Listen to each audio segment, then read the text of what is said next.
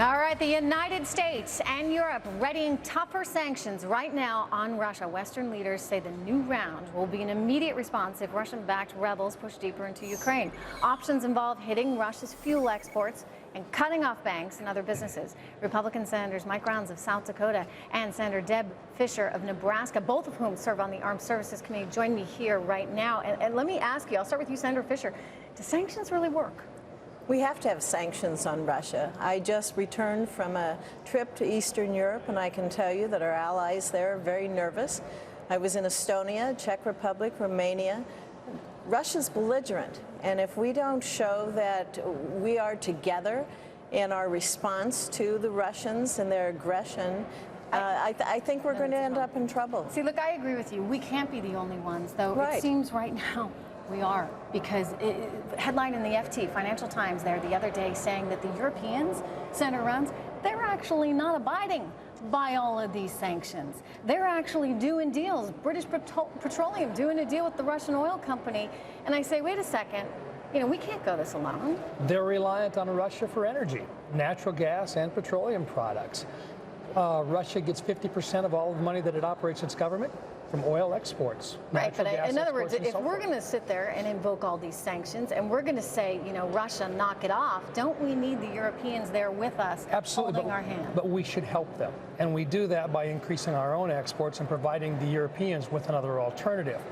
We can reduce the amount of money coming in to Russia, and we can at the same time export our products into Europe, become a better ally for Europe. Senator Fischer, we're there doing all we can to try and ward off the Putin threat in Europe. We have said that we're going to move arsenal there into the NATO border there with Ukraine and Russia, and yet Vladimir Putin's response to that is that he's adding to his nuclear arsenal intercontinental ballistic missiles, 40 of them. Is this, in fact, the new Cold War?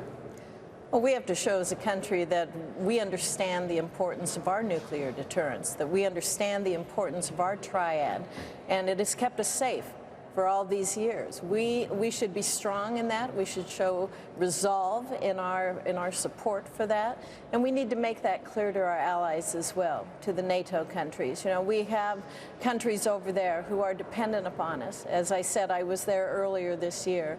And Estonia would like to see a stronger NATO presence, a stronger U.S. presence. They're worried. I mean, Poland should be worried as well, because it's actually very economically significant and has done quite well. And I think Lithuania, all of these countries are worried about just exactly what his intentions are, and they're looking to us for help.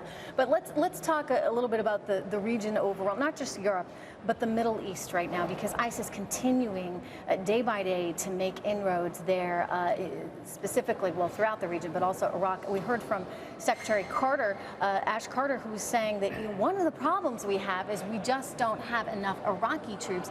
Listen to this. Of the 24,000 Iraqi security forces we had originally envisioned training at our 4 sites by this fall, we've only received enough recruits to be able to train about 7,000. So in other words, they don't have enough recruits. They're not getting enough people signed up there. Why not? They don't trust us. They don't think that we're committed. We're the ones that they think will walk away from them. We've done it in the past. We're doing it now. We need leadership in the Middle East. They need to know that they can depend on us.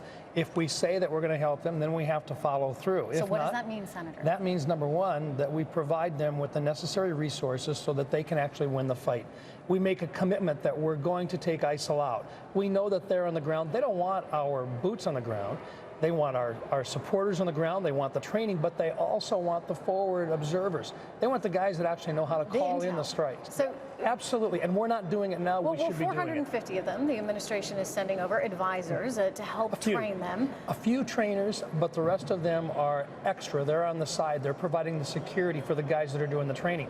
But where are the guys that can actually call in the airstrikes? Where are the guys that are going to be helping them on the front lines? Where are the guys that are going to show them exactly how they win this battle? They're not there. You mentioned our calling support the is not there. That's been a big problem, something Senator McCain, your colleague, has also highlighted, because only about 25% of the time are you actually able to fire after flying a mission, which seems almost senseless, because you're sending people out there flying over these targets, and then you're not able to do anything about it because, Senator Fischer, we don't have the right intel. Well, that's exactly right. The vast majority of the flights that we send over, they come back with the bomb still on board. You know, we don't see the leadership here at home, to put it bluntly. The administration is lacking in leadership. The president has admitted that there is no strategy. There is still no strategy. So how can we, I guess, reaffirm and offer that support to the countries in that area? It's no surprise that we aren't seeing the recruits. You know, that was a strategy of, we're going to take care of Iraq first. Well, it's going to be a long, long war if that's a strategy, because we haven't seen anything happen in Iraq. Piecemeal. Thank you so much. It's good to have both of you here today, Senator.